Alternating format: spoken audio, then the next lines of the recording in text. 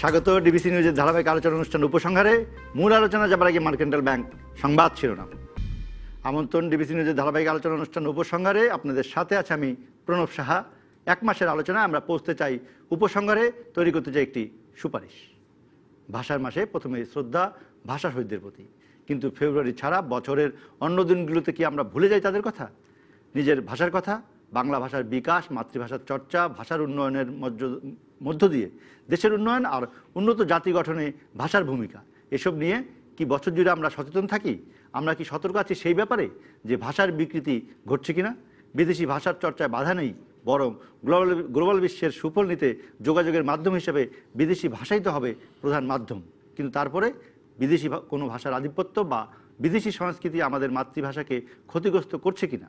মাতৃভাষার চর্চা না বাড়ালে আধুনিক জ্ঞান বিজ্ঞানের সব কিছু যদি আমরা নিজের ভাষায় শিখতে পারি, তাহলে কি শিখতে না পারি, তাহলে কি দেশ এগোতে পারবে? আর এসব নিয়ে আমাদের এই মাসের ধারাবাহিক আলোচনার বিষয় রাষ্ট্রের উন্নয়নে মাতৃভাষা। আর এ নিয়ে আজ আলোচনার জন্য স্টুডিওতে আমাদের সঙ্গে আছেন ছড়াকার লুৎফর রহমান রিটন। আপনাকে স্বাগত আমাদের এই অনুষ্ঠানে। প্রবাসে থাকেন কিন্তু বইমেলা আসলে আপনাকে পাই, সেই জন্য আজকে আমন্ত্রণ, বলবেন আমাদের বিষয়ে। আমাদের সঙ্গে আরও আছেন গীতিকবি আসিফ ইকবাল। আসিফ ইকবাল, আপনাকে স্বাগত আমাদের এই আলোচনা অনুষ্ঠানে। নিশ্চয়ই আপনার আলোচনা আমরা শুনতে চাই, সবসময় গান শুনি আপনার করা। আমাদের সঙ্গে আরও যুক্ত হয়েছেন কবি ও নাট্যকার চয়ন খায়রুল হাবিব। আমাদেরকে যোগদানের জন্য আপনাকে স্বাগত। আলোচনা করব আমাদের যে বিষয় রাষ্ট্রীয় উন্নয়নের মাতৃভাষা, এই নিয়ে আপনাদের তিনজনকেই স্বাগত আজকের আলোচনায়। আমরা এই মাসের শুরু থেকে এই আলোচনার সূচনা করেছি। গত পর্বগুলোতে আমাদের স্টুডিওতে অতিথি হয়ে এসেছিলেন শামসুজ্জামান খান, সেলিনা হোসেন, কবি মোহাম্মদ নুর হুদা, আনিসুল হক, ফরিদ আহমেদ, শাহনাজ মুন্নি, জাতীয় অধ্যাপক রফিকুল ইসলাম, ডক্টর মোহাম্মদ সামাদ, ডক্টর গোলাপ কিবরিয়া পিনু, অধ্যাপক ডক্টর সৈয়দ মোহাম্মদ শাহেদ, আনোয়ারা সৈয়দ হক, অসীম সাহা, আলী ইমাম, মুগ্ধ চন্দ্রিকা, সায়রা আফরিদা ঐশী, হারুনুর রশিদ, কাজী আখতারউদ্দিন আহমেদ এবং ফারুক মঈনুদ্দিন। আজকের পর্বে আলোচনা যাবার আগে আমরা দেখে নেব গত পর্বগুলোর অংশবিশেষ। আপনি 10 বিদেশি ভাষা শিখেন, আমাদের কারো কোনো আপত্তি থাকবে না, কিন্তু আপনি নিজের মাতৃভাষাটা ঠিক মতো জানবেন, এটা যেন আমরা প্রত্যেকের কাছে এই কথাটা বলি। ভাব প্রকাশের ক্ষেত্রে একটা লাইন ব্যবহার করেছে, সেই লাইনের মধ্যে কোনো প্রতীক আছে কিনা, কোনো উপমা আছে কিনা, অন্য কোনো ইঙ্গিত আছে কিনা, সেটা বোঝার চেষ্টা করে, তাহলে শুধুমাত্র এই ভাষা সম্পর্কে তার জ্ঞান পরিপূর্ণ হতে পারে। জাপানে কোনো বিষয় নেই যা জাপানি ভাষায় বোঝানো যায় না। আপনি চীনে যান, চীনে কোনো বিষয় নেই যা চীনা ভাষায় যায় না।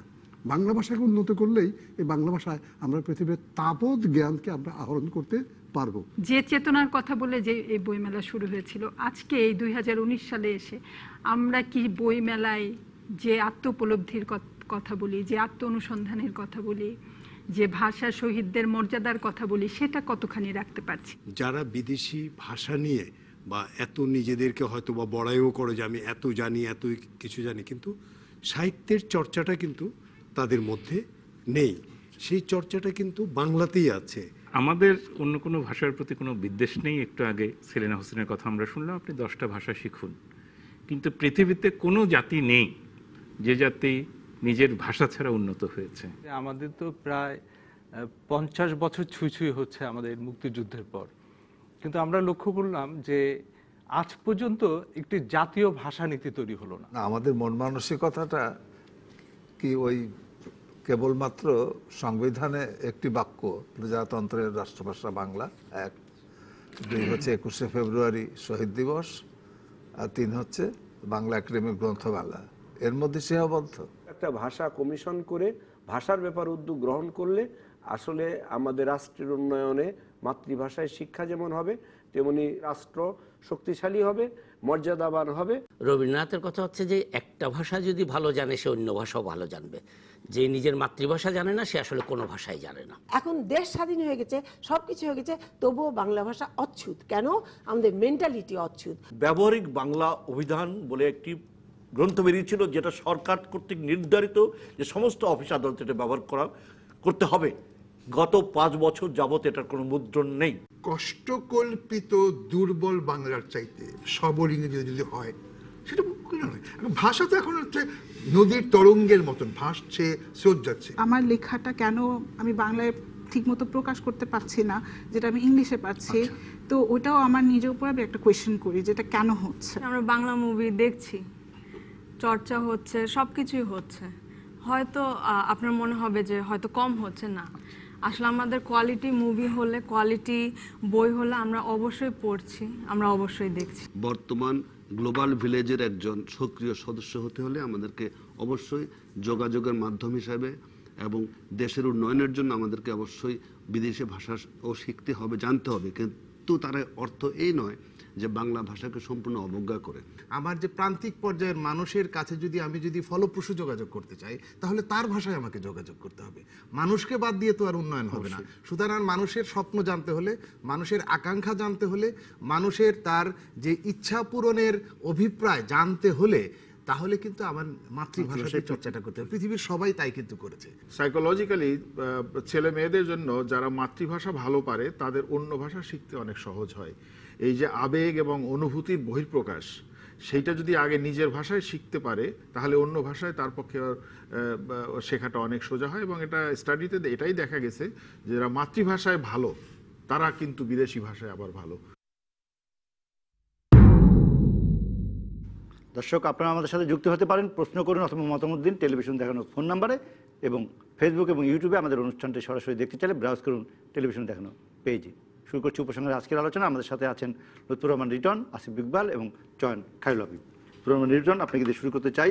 এখন দেশের বাইরে থাকেন, প্রবাসী লেখক বলতে চাই না আমি, কারণ প্রবাসী থাকেন আর যেখানে থাকেন আত্মার যোগাযোগ আছে, ভাষার যোগাযোগ আছে, বাংলার যোগাযোগ আছে। সেই জন্য 21 ফেব্রুয়ারি এলে আপনি বাংলায় ফিরে আসেন।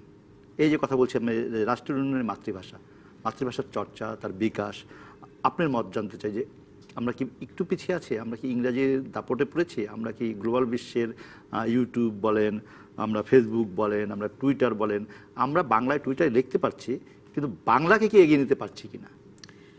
ধন্যবাদ প্রণব সাহা। আমি দূর প্রবাসে থাকি ঠিকই, কিন্তু আমি প্রবাসী লেখক নই। আমি সেজন্য বলি না। হ্যাঁ, প্রবাসী লেখক নই। যিনি ভুরুঙ্গামারি থেকে লিখছেন, যদি বাংলা ভাষায় লেখেন তিনি বাংলা ভাষার লেখক, আর চাঁদে গিয়েও যদি কেউ বাংলা ভাষা লেখেন তিনি বাংলা ভাষার লেখক।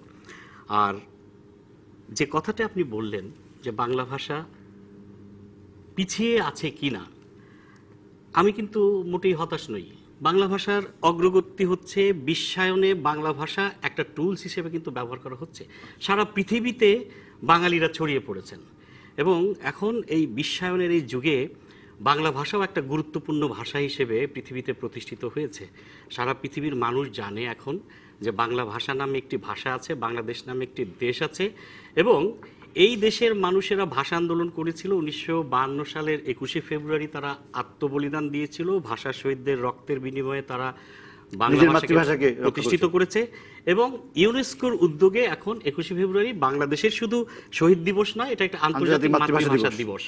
তার মানে কি, আমরা কিন্তু এগিয়েছি, আমরা মোটেই পিছিয়ে নেই। এখন পৃথিবী শাসন করছে অন্য ভাষা, পৃথিবী শাসিত হচ্ছে প্রধানত 2-3টি ভাষায়। বাংলা সেখানে হয়তো 1 ধাপ পিছিয়ে আছে বা 2 ধাপ পিছিয়ে আছে, কিন্তু আমি মোটেই হতাশ নই। আমাদের বাংলা ভাষার যারা কর্মী, বাংলা ভাষার যারা কথক, বাংলা ভাষার যারা লেখক, বাংলা ভাষার যারা বিজ্ঞানী, যারা চিকিৎসক এবং আইটি সেক্টরে যারা কাজ করছে, তারা কিন্তু একেবারে শীর্ষে পৌঁছে যাচ্ছে। তো সুতরাং তার সঙ্গে সঙ্গে ভাষাটাও যাচ্ছে। মানুষ হচ্ছে এমন একটা প্রাণী যে পৃথিবীর যে প্রান্তেই সে যাক, সে তার ভাষাটাকে সঙ্গে নিয়ে যায় এবং ভাষা সে কখনো ভোলে না। পৃথিবীতে মানুষই হচ্ছে একমাত্র প্রাণী যাকে ভাষাটা শেখাতে হয় না, সে কিন্তু প্রাকৃতিক নিয়মেই ভাষাটা শেখে, তারপরে ভাষার গ্রামার শেখে আরও পরে। ছোট একটা বাচ্চা তো গ্রামার জানে না, কিন্তু সে চমৎকার বাংলা বলছে। সুতরাং আমার কথা হচ্ছে যে রাষ্ট্রের উন্নয়নে মাতৃভাষা যে বিষয়টি নিয়ে আপনি আলোচনা করছেন আজকে এবং অতীতে করেছেন আমরা দেখলাম, এবং আলোচনাগুলো খুব সুন্দর হয়েছে। আমি যে সারাংশটুকু দেখেছি তাতে আমি তো খুব মুগ্ধ যে বাংলা ভাষা নিয়ে আপনারা চুলচেলা কথা বলেছেন। রাষ্ট্রের উন্নয়নে মাতৃভাষা এই টপিকের সঙ্গে কি চমৎকার যাচ্ছে আজকের বিষয়টি, যে আমরা তো হচ্ছে একটি ভাষাভিত্তিক রাষ্ট্রের নাগরিক। বাংলাদেশ হচ্ছে পৃথিবীর সেরা একটি দেশ, যে দেশটির জন্মই হয়েছে একটা ভাষাভিত্তিক আন্দোলনের ফসল হিসেবে। তো সুতরাং ভাষাভিত্তিক রাষ্ট্র বাংলাদেশ, এবং রাষ্ট্রের উন্নয়ন করতে হলে আমার বাংলা ভাষা মাতৃভাষাকে অবশ্যই মর্যাদা দিতে হবে, যদিও আমরা পুরোপুরি দিচ্ছি না। কেন দিচ্ছি না, উচ্চ আদালতে কেন বাংলায় রায় লেখা হচ্ছে না, সেটা নিয়ে আমরা প্রতি ফেব্রুয়ারিতে কথা বলি, আমাদের মাননীয় প্রধানমন্ত্রী কথা বলেন, কিন্তু কি একটা অদ্ভুত কারণে আমাদের মনোজগতে একটা ঔপনিবেশিক শক্তির কারণে আমাদের মনোজগতে বিরাজ করছে অন্য ভাষার শাসন। আপনি দেখবেন বহু বাঙালি আছে যারা রেগে গেলে, ক্ষিপ্ত হলে ইংরেজিতে কথা বলে। মানে এটা একটা অদ্ভুত একটা মানে আভিজাত্য, কিন্তু এটা হচ্ছে শক্তিমত্তার পরিচয়। না, আভিজাত্যটা হচ্ছে, এটা হচ্ছে ফেক আভিজাত্য, এবং এটা হচ্ছে একটা হীনমন্যতা থেকে এটা যুক্ত হয় যে আমি রেগে গেলে ইংরেজি কেন বলবো, তাতে আমার শ্রেণী উন্নয়ন ঘটলো। এ থেকে আমরা মুক্তি পাচ্ছি। আমরা মোটেই হতাশ নই, আমি তো বিশেষ করে একজন লেখক হিসেবে মোটেই হতাশ নই। আসিফ ইকবাল, যদি বলেন গান লেখার ক্ষেত্রে তো বাংলায় ভাষী, বাংলায় কথা বলি, সেটা খুব প্রাণের কথা আমাদের, কিন্তু এই যে তার পাশাপাশি বিদেশি ভাষা যদি আমি বলি, তার চর্চা থাকবে, কিন্তু মাতৃভাষা থেকে কখনো কখনো কি আমাদের বিচ্যুত হয় কিনা আমরা আপনি যখন একটা গীতি কবিতা তৈরি করেন, যখন একটা গান তৈরি করেন, বা পারিপার্শ্বিকতা যেমনটা দেখেন, আপনি কি মনে করেন যে মাতৃভাষার চর্চার ক্ষেত্রে আমাদের আক্ষেপের জায়গাটা এখনো তো অটুটুই আছে? আমরা তো আক্ষেপ করতে পারি, যদিও রিটন অনেকটা আশাবাদী, আমরাও আশাবাদী, কিন্তু আমরা চারিদিক যখন দেখি অসংখ্য ইংরেজি সাইনবোর্ড, অসংখ্য ইংরেজি বলা, বা বললেন যে একটু অভিজাত মনে হয় ইংরেজি বললে, কিন্তু আমরা ততটা হয়তো ফ্রেঞ্চ শিখি না, ততটা হয়তো স্প্যানিশ শিখি না। যেটি বললেন যে পৃথিবীতে শাসিত হয় অন্য অনেক ভাষা দ্বারা, আমাদের অবস্থানটা করতে হলে নিজের মাতৃভাষা শিখলেই তো আমি অন্য ভাষাগুলোকে আয়ত্ত করতে পারবো। আপনি আপনার অবস্থান থেকে কীভাবে দেখেন গান লেখা বা সংস্কৃতি, ওই অঙ্গনটা যখন আপনি চলাফেরা করেন? ধন্যবাদ। একটা খুবই বিচক্ষণ প্রশ্ন আমি বলবো, কারণ আসলে অন্য যে কোনো সেক্টর থেকে আমাদের এখানে গানে আপনার ভাষাটা অনেক বেশি রকমের সম্পৃক্ত। যন্ত্রের দিক থেকে যদি আপনি বলেন, তাহলে সেখানে বিদেশি সংস্কৃতির একটা রেফারেন্স পয়েন্ট বা সূত্র আমরা পাব। কিন্তু আমরা যদি দেখি যে আমাদের মাটির গান, শাহ আব্দুল করিম কিংবা লালন শাহের গান, তাহলে আমরা দেখব যে এই গানগুলো আসলে আমাদের প্রাণ স্পর্শ করে। এই যে প্রাণ স্পর্শ করার যে ব্যাপারটা, সেটা বাংলা ভাষাভাষীদের জন্যে গানের চেয়ে ভালো আর কোনো কিছু করতে পারে না। তো যেহেতু এটা করতে পারে না, সেজন্য আর সবখানে যত ধরনের বিতর্কই হোক, এই জায়গাটা অনেকটুকু এখনো মুক্ত আছে বাংলা ভাষার চর্চার জায়গা থেকে।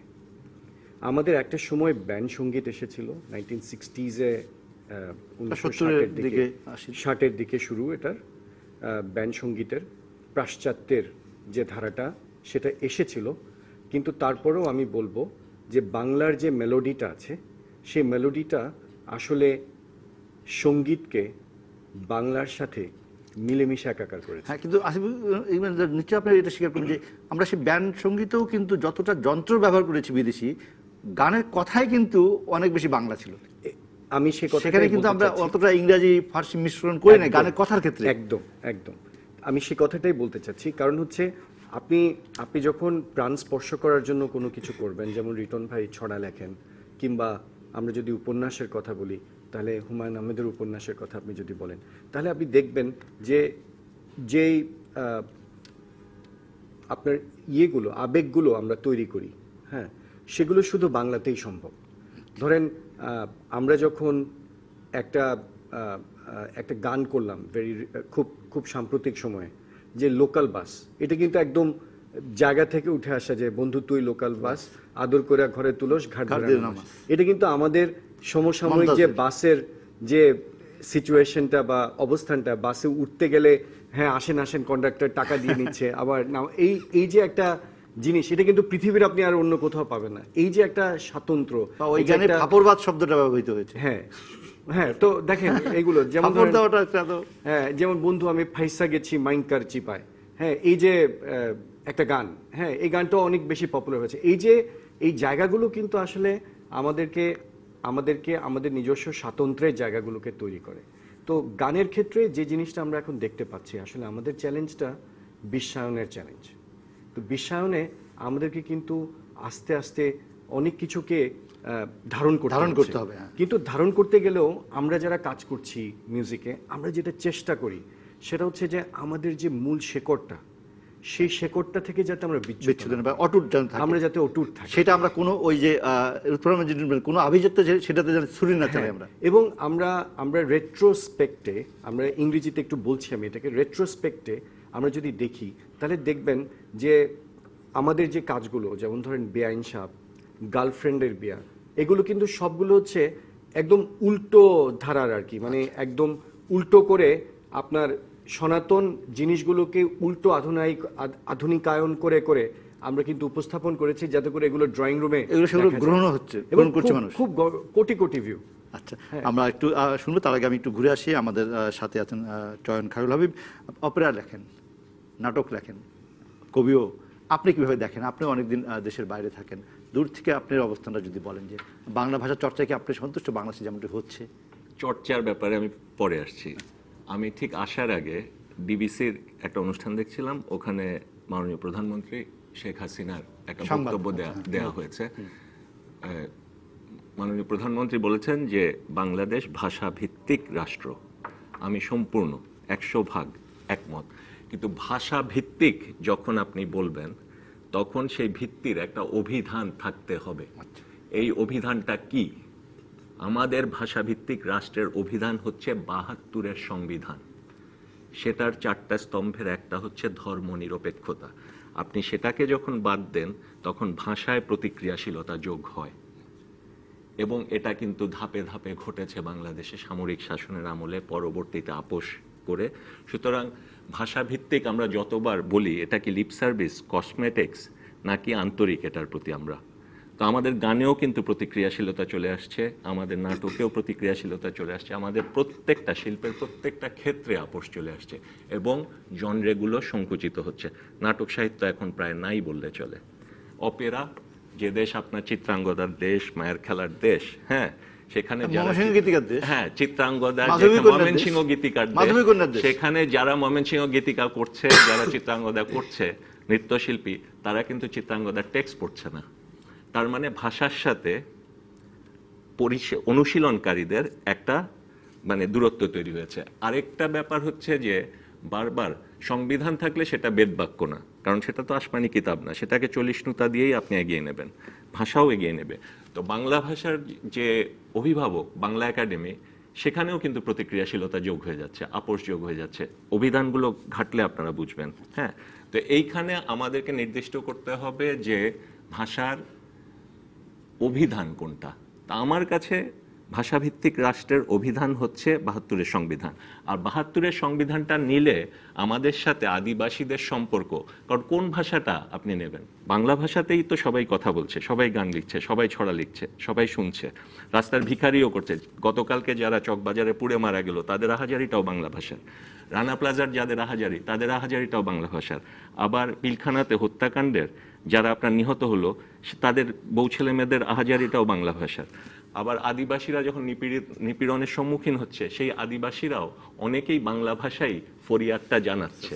তো এই আমরা কিন্তু এই সম্পর্কগুলা নির্ণয় করতে হলে, এবং সেটাকে আমরা যদি আন্তরিকভাবে বলতে চাই যে আমরা ভাষা ভিত্তিক রাষ্ট্রের ভিত্তিতে একটা সমতা আরোপ করব, তখন কিন্তু সম্পর্কগুলো নিয়েও আমাদের যেতে হবে। আর সম্পর্ক নিয়ে গেলেই আমরা কিন্তু সম্পর্কের অভিধানের দিকে যেতে হবে, গোড়াতে যেতে হবে।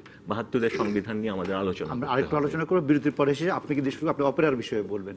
আমরা উপসংহারে এই পর্যায়ে নিচ্ছি একটি বিরতি, সাথে থাকুন। আমন্ত্রণ আরেকবার উপসংহারে। আজ আমরা আলোচনা করছি রাষ্ট্রের উন্নয়নে মাতৃভাষা। এই নিয়ে আমাদের সঙ্গে আছেন লুৎফর রহমান রিটন, আসিফ ইকবাল এবং চয়ন খায়রুল হাবিব। চয়ন খায়রুল, আমি আপনাকে থামিয়েছিলাম, আপনি যদি অল্প একটু বলেন যে আপনি নতুন ধরনের একটা সাহিত্য চর্চা করছেন, অপেরা, বা সেখানে মাতৃভাষার চর্চা, রাষ্ট্রের উন্নয়ন, তার সঙ্গে অপেরা, আপনি কীভাবে বিষয়টা দেখেন যে আমরা বেশি লিখতে পারলে বা বিদেশি জিনিস যদি আমরা বেশি গ্রহণ করতে পারি, তাহলে কি আমাদের রাষ্ট্রে?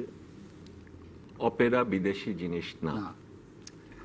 আপনি যদি মাইকেলের শর্মিষ্ঠা পড়েন, কিংবা মাইকেল মিত্রাক্ষর নিয়ে আসছিল, সেটা বিদেশ থেকে, কিন্তু আমাদের দেশীয়ভাবে কপোতাক্ষনকে আমরা বিদেশি কবিতা বলি না। মেঘনাদবধ কাব্যটা যদি পুরোটা দেখেন, সেটা একটু মেঘনাদবধ কাব্য সংস্কৃত থেকে এনেছে, শর্মিষ্ঠা অন্য খান থেকে এসেছে, আমরা এগুলোকে বিদেশি কাব্য বলি না। সনেট প্রকরণটা বিদেশ থেকে এসেছে, দেশীয়করণ করে কপোতাক্ষ নদ লিখেছে।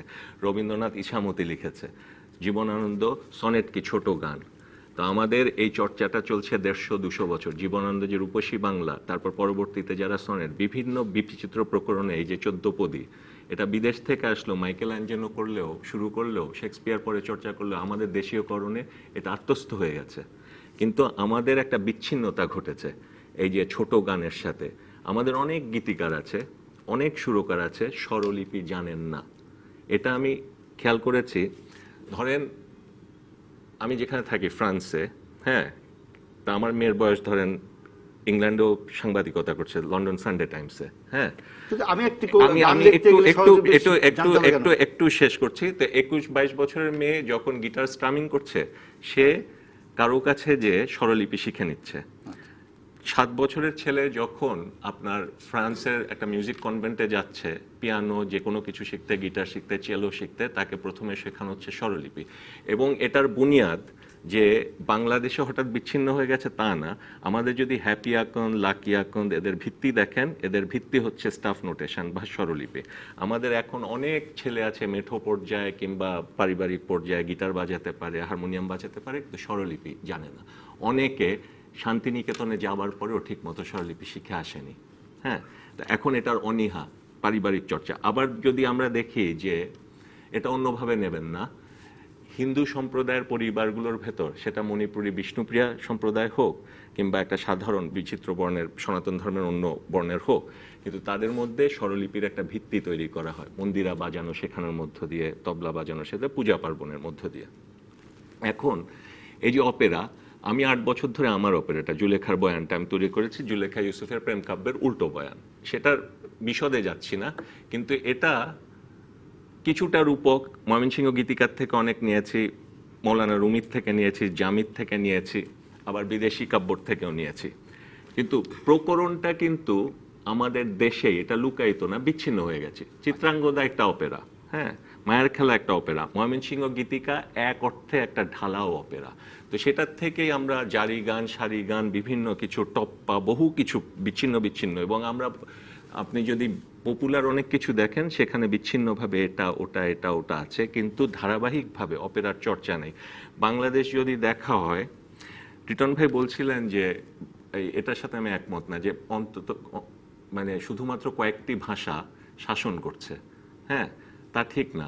আপনি যদি ইডিশ ভাষা দেখেন, ইসরায়েলি ভাষা দেখেন, হ্যাঁ, ইসরায়েলি ভাষায় কয়জন চর্চা করছে? কিন্তু ইসরায়েলি ভাষায় বিশ্বের সবচেয়ে ভালো অপেরা কন্ডাক্টররা, হ্যাঁ, সবচেয়ে ভালো কম্পোজাররা। আমাদেরকে একটু বৈশ্বিক যোগাযোগের মধ্যে থাকতে হবে। ইসরায়েলিরা কেমন আছে? আমাদের সাথে তো পাসপোর্টে লেখা আছে বাংলাদেশিরা ইসরায়েল ভ্রমণ করতে পারবে না, অথচ ইসরায়েল হচ্ছে একটা উত্তরাধুনিক রাষ্ট্র। ফিলিস্তিনিদের এখন ইসরায়েলিদের, আর তারপর ডেনিশ ভাষাটা দেখুন খুব ছোট। আমি একটু আমাদের মানে বিষয়ের মধ্যে থাকতে চাই। তো এই অপেরার জন্য এখন যদি একটা ভবন করে দেওয়া হয়, হ্যাঁ, এবং কিছু আগের যারা আছে গীতিনাট্য করেছে, এটা করেছে, তা যথেষ্ট না। কারণ শিল্পকলা একাডেমিতে আমি জানি যে ওই ভিয়েনাতে পাশ করা কন্ডাক্টর বসানো হয়েছে, যারা এখানে কখনো মোহাম্মদ রফির গান গাচ্ছে, কখনো এর গান গাচ্ছে। তো এটাতে যারা চর্চা করছে, যারা উৎসাহী, তাদেরকে খুঁজে নিতে হবে এবং খুঁজে নিয়ে তাদেরকে সংস্কৃতি মন্ত্রণালয় একটা ইয়ে করতে পারে যে অপেরার জন্য আমরা একটা মানে বিচিত্র লোকজনকে লোক মানে শিল্পের বিষয়টা যাতে চর্চার মধ্যে থাকে, তাতে আমরা বৈশ্বিক যোগাযোগের মধ্যে থাকতে পারবো। কারণ আপনি ময়মনসিংহ গীতিকা দিয়ে শুধুমাত্র যদি লাভঝাপ দিয়ে 50 জনের সামনে করেন তা না। আমি একটু আসিফ আপনাকে বলবো, আপনি কি মনে করেন যে আমরা যে একটু এই ভাষার এইটা করতে গেলে আমরা দুটো জিনিস একটু প্রশ্ন, আপনি তিনজনের কাছে হয়তো নেব প্রশ্ন। আমরা বলি যে একটা ভাষা নীতি হলো না কেন, আমরা কি একটি ভাষা কমিশন করব কি না, যে সবটা আবার দেখে শুনে সবাই ঠিক রাখবে, বা এটা দায়িত্বটা আমরা কাকে দেব, যে আমরা ভাষার চর্চা থেকে বিচ্যুত হচ্ছে কিনা, আমরা সঠিক বাংলা ভাষার চর্চায় উৎসাহিত হচ্ছে কিনা, কে দেখবে? আপনি কি মনে করেন? আমি একটা রূপান্তরের কথা বলবো। সেটা হচ্ছে, আমরা যখন বড় হলাম, আমরা কিন্তু বাংলা ধারাতে পড়াশোনা করে বড় হলাম। যখন থেকে এই বিশ্বায়নের চাপটা আসলো এবং আমরা বাংলা ধারা থেকে বৈশ্বিক ধারার মধ্যে গেলাম আমাদের পড়াশোনার ব্যাপারে, আমি বলছি এডুকেশনাল সিস্টেমের কথা, সেখান থেকে আসলে বিচ্ছিন্নতার একটা শুরু, এবং সেখান থেকে আমাদের ভাষার দূরত্ব তৈরি হয়েছে বলে, বড় একটা দূরত্ব তৈরি হয়েছে বলে আমি মনে করি। কারণ আজকে আমার যে মধ্যবিত্ত, যারা বাড়ন্ত মধ্যবিত্ত বলি আমরা বাংলায়, সে বাড়ন্ত মধ্যবিত্তে, প্রান্তিক মধ্যবিত্ত না, বাড়ন্ত মধ্যবিত্তের পরিবারে আপনার ইংরেজিতে ছেলে মেয়েদেরকে পড়াশোনা করানোটাকে একটা প্রয়োজন বলে মনে করে, এবং এটাকে কর্মক্ষেত্রে, চাকরি পাওয়ার ক্ষেত্রে সামাজিক চিন্তা ভাবনা থেকে, মর্যাদার প্রশ্ন থেকে, সবকিছু থেকে এই জায়গাটাকে আমরা মেনে নিয়েছি। এটারও পিছনে কারণ আছে, কারণ হচ্ছে আমাদের 200 বছরের পরাধীনতার ইতিহাস, এবং সেই ইতিহাসে আমরা যেটা দেখতে পাই সেটা হচ্ছে আমরা কিন্তু আসলে শেকলবন্দি ছিলাম অনেক দিন, যার ফলে অন্যান্য দেশগুলো যখন তাদের নিজস্ব পণ্যের চর্চা করেছে তখন আমরা কিন্তু বিদেশি পণ্যের প্রতি ঝুঁকেছি। এবং এই যে আমাদের মধ্যে একটা দ্বৈততা আছে, এই দ্বৈততাটা আমার মতে একটা মূল কারণ। এবং এটা আসলে আমরা যত বেশি রকমের বাংলা ভাষার দিকে যেতে থাকব বা যত বেশি রকম বাংলা ভাষাকে চর্চা করব, পরিবারের ভেতরে আমরা চর্চা করব, ততই আসলে আমার সংস্কৃতি, আমার শেকড়, এগুলো আমাকে আমাকে আমাকে পরিচিত করে তুলবে, এগুলোর প্রতি আমি আকৃষ্ট হব। তাতে করে তো আপনার মতো একজন গীতিকারের মোজাটের সুর শুনতে কোনো অসুবিধা হবে না, তাতে কোনো অসুবিধা নাই। আমি যেটা বলতে চাচ্ছি সেটা হচ্ছে আমার জন্য আমার মুক্তিযুদ্ধ একটা বড় প্রেরণা, আমার জন্য ক্ষুদিরাম, প্রীতিলতা ওয়াদ্দেদার একটা বড় প্রেরণা। এই যে প্রেরণাগুলো আমাদের আছে, একটার পর একটা প্রেরণা আছে, এই প্রেরণাগুলো প্রজন্ম জানছে না, এবং যেহেতু জানছে না সেহেতু তাদের সামনে কোনো রোল মডেল তৈরি হয়ে আসছে না।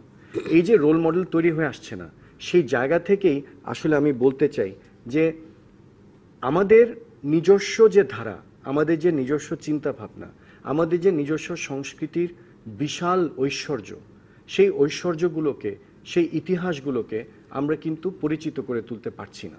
এটা একটা প্রেক্ষিত। দ্বিতীয় প্রেক্ষিত হচ্ছে রাষ্ট্রীয় প্রেক্ষিত। এই রাষ্ট্রীয় প্রেক্ষিতে যেটা হচ্ছে সেটা হচ্ছে আমি মনে করি প্রয়োগের অভাব হচ্ছে এখানে।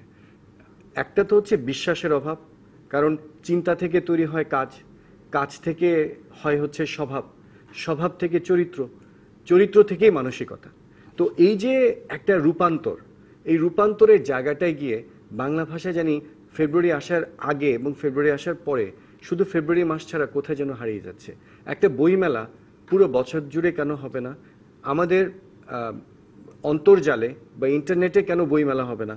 হ্যাঁ, কারণ হচ্ছে আজকাল তো কেউ বই ওভাবে পড়তে চাচ্ছে না, তাই তো আমাদেরকে একটু নতুন ধারায়, নতুন টেকনোলজিতে আমাদেরকে এগুলোকে চিন্তা করতে এবং নতুনদের জন্য সেটা করতে হবে। নতুনদের জন্য করতে আমি লুৎফর রহমান নতুনদের জন্য রাখেন, শিশুদের জন্য লেখেন। একসময় শিশুদের ছড়াকার বলতাম, আর শিশুদের মানে শিশু লেখক বলে তো আপনাকে শিশু বলা হবে, মানে ছোটদের জন্য যে লেখেন, সেই ছোটদের জন্য আমরা কিভাবে, আপনার পরামর্শ কি হবে, তাদেরকে কিভাবে আমরা এটাতে উৎসাহিত করব? আচ্ছা, আমি আলোচনার ধারাবাহিকতা রক্ষার্থে আমি 2-4টে কথা আগে বলি, তারপরে আমি আপনার প্রশ্নে আসবো। যে আমার আগে কথা বলেছেন চয়ন এবং আসিফ ইকবাল, তাদের কথা সূত্র ধরে বলি যে আমি যে কথাটা বলেছিলাম যে এখন পৃথিবীতে আধিপত্য মানে শাসন করছে কয়েকটা ভাষা, কিন্তু ইংরেজি, ফ্রেঞ্চ, স্প্যানিশ, হ্যাঁ, অথচ বিশাল জনগোষ্ঠী আছে চাইনিজের, বিশাল জনগোষ্ঠী আছে ম্যান্ডারিন, আরবি, এই ভাষাগুলো আছে। কিন্তু অস্বীকার করা যাবে না যে ইংরেজি, ফ্রেঞ্চ আর স্প্যানিশ ভাষার পাশে এখনো অন্যান্য ভাষা দাঁড়াতে পারেনি, হয়তো কোনো একদিন দাঁড়াবে। ইংরেজির আধিপত্য বিনাশ ঘটবে, হয়তো কিছুটা দাঁড়াচ্ছে, কিছুটা দাঁড়াচ্ছে অর্থনৈতিক শক্তির কারণে। অর্থনৈতিক শক্তি তো একটা বিশাল শক্তি। আর ভাষা হচ্ছে কি? ভাষা হচ্ছে যে সেই ভাষা তত সমৃদ্ধ যে ভাষা যত বেশি ধারণ করতে পারে, অন্য ভাষা থেকে নিতে পারে। বাংলা ভাষার কিন্তু একটা অদ্ভুত ক্ষমতা আছে। এই ভাষাটা হচ্ছে আমরা একই সঙ্গে সংস্কৃত থেকে প্রচুর নিয়েছি, প্রচুর শব্দ আমাদের সংস্কৃত থেকে এসছে, আরবি থেকে এসছে, ফার্সি থেকে এসছে, ইংরেজি থেকে এসছে, পর্তুগিজ থেকে এসছে। আমরা ধারণ ক্ষমতা বাংলা ভাষার অসাধারণ, সীমাহীন ভাষা এই ভাষার, যে কারণে এই ভাষার এত সৌন্দর্য। ভাষা তো এমন একটা মানে বদ্ধ পুকুরের মতো না, কিন্তু হয়তো সেই জন্য আমরা ফেসবুকের বাংলা খুঁজতে যাচ্ছি না, আমরা র্যামের বাংলা খুঁজতে যাচ্ছি না, আমরা এমবিবিএস এর বাংলা খুঁজতে যাচ্ছি না। অনেক শব্দই এই যে আমরা টেবিল সামনে নিয়ে চেয়ারে বসে আছি, পুরাতন আগে গ্রহণ করেছি, আমরা এত গ্রহণ করতে পারি, খুব সাম্প্রতিক কালেও কিন্তু আমরা এই সমস্ত শব্দগুলো গ্রহণ করে ফেললাম। আমরা এটাই তো, সেই ভাষা তত ঋদ্ধ যে ভাষা যত বেশি গ্রহণ করার ক্ষমতা রাখে। আলোচনা করব লুৎফর রহমান রিটন, আমি আপনাকে থামাচ্ছি, ফিরে এসে আপনাকে দিয়ে শুরু করব। ধন্যবাদ। দর্শক, আমাদের সঙ্গে লুৎফর রহমান রিটন, আসিফ ইকবাল এবং চয়ন খায়রুল হাবিব আছেন। আপনারা থাকুন। আমন্ত্রণ আরও একবার উপসংহারে। আজ আমরা আলোচনা করছি রাষ্ট্রের উন্নয়নে মাতৃভাষায় নিয়ে। আমাদের সঙ্গে আছেন লুৎফর রহমান রিটন, আছেন আসিফ ইকবাল এবং চয়ন খায়রুল হাবিব। আপনাকে থামিয়েছিলাম। হ্যাঁ, যে বিষয়ে কথা বলছিলাম সেখান থেকে আবার শুরু করি। ভাষা হচ্ছে একটা প্রধান টুল, এই যোগাযোগের মাধ্যম, খালি যোগাযোগের না, শাসনের একটা প্রধান টুল। যে ভাষা যত শক্তিশালী পৃথিবীতে, সেই ভাষা শাসন করছে। ভাষা হচ্ছে শোষণের একটা টুল। আমি শ্রেণী একেবারে মানে দরিদ্র শ্রেণীর, আমার প্রভু যে ভাষায় কথা বলে আমি তার ভাষা বুঝি না, সুতরাং আমাকে শোষণ করা, শাসন করা তার পক্ষে সহজ হচ্ছে। যে কারণে যখন আমরা ইংরেজি আমরা জানতাম না, তখন আমরা বেশি নিষ্পেষিত এবং নিপীড়িত ছিলাম।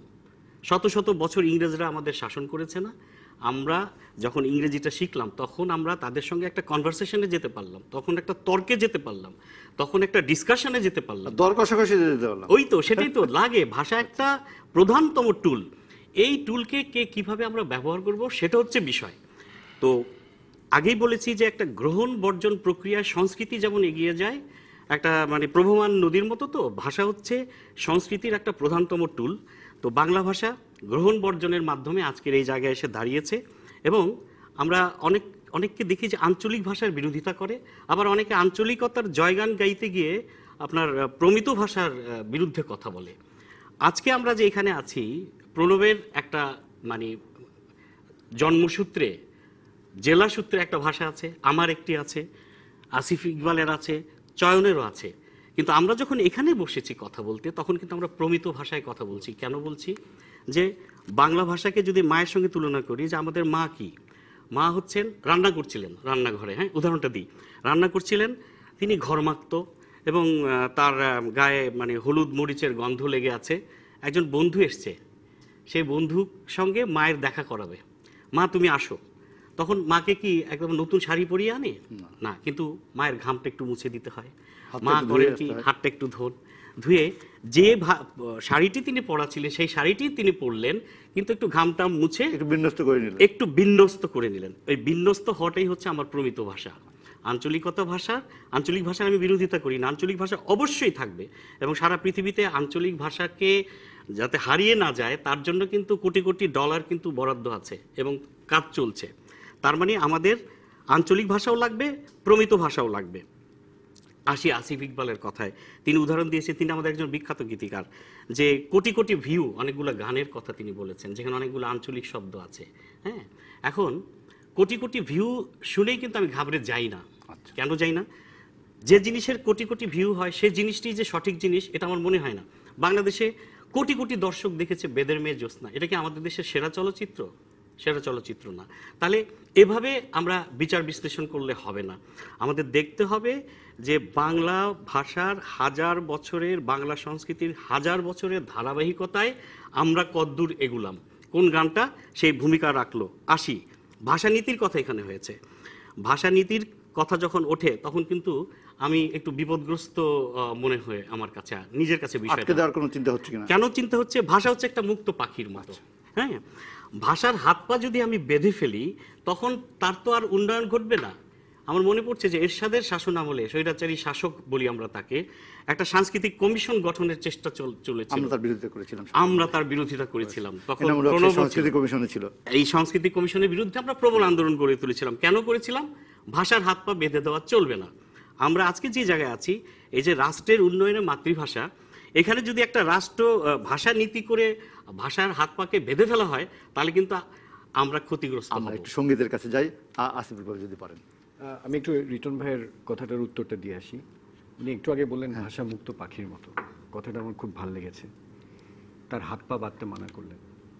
এখন আপনি আঞ্চলিক বা প্রমিত কোন ভাষায় আপনি গানটা করছেন, এটা যতটা মুখ্য, তার চেয়ে বেশি মুখ্য হচ্ছে আপনি তার অনুভবটা কিভাবে প্রকাশ করলেন। আচ্ছা, সো যতক্ষণ পর্যন্ত আমরা অনুভবটা ভালোভাবে প্রকাশ করতে পারবো সেই অনুভবটা কিন্তু থেকে যাবে, না হয় লালন কিন্তু থাকতো না।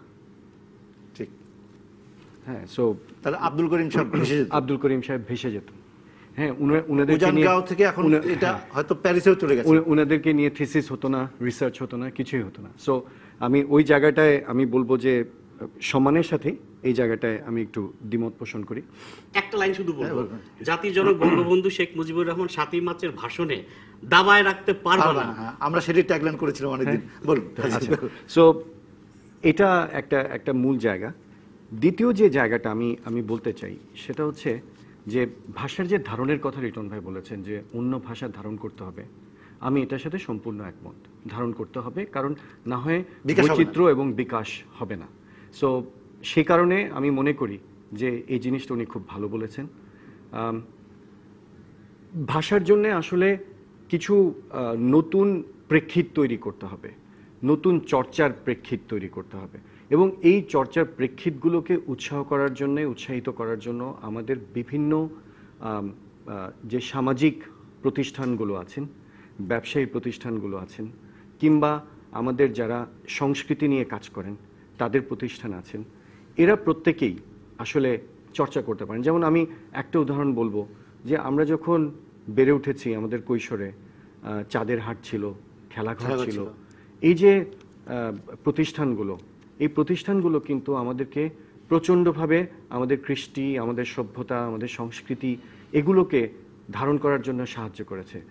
আজ আমরা আসলে এই অন্তর্জালের দুনিয়াতে আমাদের ছেলেপেলেরা যখন একটা বাক্সবন্দি জীবনযাপন করছে, সেখানে কিন্তু আমরা এই জিনিসগুলোকে পাচ্ছি না। আমাদের তাদের তো আবার অনেক উন্নত জিনিসও আমরা উন্নত জিনিস, আমি কিন্তু কখনোই বলছি না যে উন্নত জিনিস আমরা নেব না। আমরা শুধু এইটুকু বলছি যে আমার বাংলা ভাষাটাকে আমি কিভাবে চর্চা করে আমার দেশের উন্নতিটা আমি করব, এবং আমার দেশের পরিচয়টাকে আমি কিভাবে ধারণ করব। যেমন ধরেন আমি যখন বাইরে যাই, আমি একটা একদম ছোট করে শেষ করে দেবো এটা, আমি বাইরে যাই, আমি যখন একটা শার্ট খুলে দেখি যে মেড ইন বাংলাদেশ, এটা আমাকে যেরকম আনন্দ দেয় সেরকম আনন্দ কিন্তু অন্য কোনো কিছু দেয় না। আমার ভাষাটা যখন আন্তর্জাতিক মাতৃভাষা হয়, সেটাও কিন্তু আনন্দের ব্যাপার। তো এই এই এই পর্যায়টাকে আসলে আমাদেরকে বিভিন্ন ক্ষেত্রে এবং সেটা খোলা মনে থাকতে হবে, খোলা মনে টেনে নিয়ে যেতে হবে। যদি চয়ন খারভাবে যদি শেষ করেন। আচ্ছা, রিটন ভাই বলেছেন ভাষা শোষণের, পাবেন আপনি। আচ্ছা, রিটন ভাই বলেছেন যে ভাষা শোষণের যন্ত্র হবে কিনা। ভাষা শোষণের যন্ত্র হতে পারে, সম্পর্কেরও যন্ত্র হতে পারে। আসিফ ভাই গানের কথা বলেছেন। আমি কাছাকাছি কিছু প্রিয় নাম এবং দূরের কিছু পরিচিত অপরিচিত নাম উল্লেখ করে বলবো যে আমাদের ভাষাটা সম্পর্কের দিকেই যাচ্ছে। ধরুন ভূপেন হাজারিকা, তার মাতৃভাষা, হ্যাঁ, তার মাতৃভাষা অহমিয়া। তারপরে আপনি ধরুন আবু সঈদ আইয়ুব, তার মাতৃভাষা পাঞ্জাবি, কিন্তু তারা জাত্যাভিমান বাদ দিয়ে বাংলা ভাষায় তাদের শিল্প চর্চা করেছেন। আপনি গিয়ম আপোলিনিয়ার পোলিশ ভাষার মাতৃভাষার থেকে এসেছেন, কিন্তু সারা জীবন ফরাসি ভাষায় চর্চা করেছেন। স্যামুয়েল বেকেট আইরিশ ভাষার থেকে এসেছেন, ফরাসি ভাষায় চর্চা করেছেন। আমরা মাতৃভাষাকে জাত্যাভিমানের দিকে নেব নাকি সম্পর্কের দিকে নেব, সেটার উপরে নির্ভর করবে। সম্পর্ক এবং জাত্যাভিমান মিলিয়ে একটা কিছু করা যায় না, জাত্যাভিমান বাদ দিতে হবে। আমরা নিশ্চয়ই সেটিও আলোচনা করব। আমাদের আরও পর্ব আছে, নিশ্চয়ই সেখানে এই বিষয়ে কথা বলবো, এবং সবশেষে আমরা উপসংহার টানবো। আপনাদের তিনজনকে ধন্যবাদ দর্শক, আপনাদের সবাইকে আজকের মতো শেষ করছি উপসংহার। ফিরবো আগামী শনিবার রাত 10টায়, আলোচনা করবো আবারও রাষ্ট্রের উন্নয়নের মাতৃভাষা নিয়ে। থাকবেন নতুন থাকবেন আপনারা ডিবিসি নিউজের সঙ্গে থাকুন 24 ঘন্টা।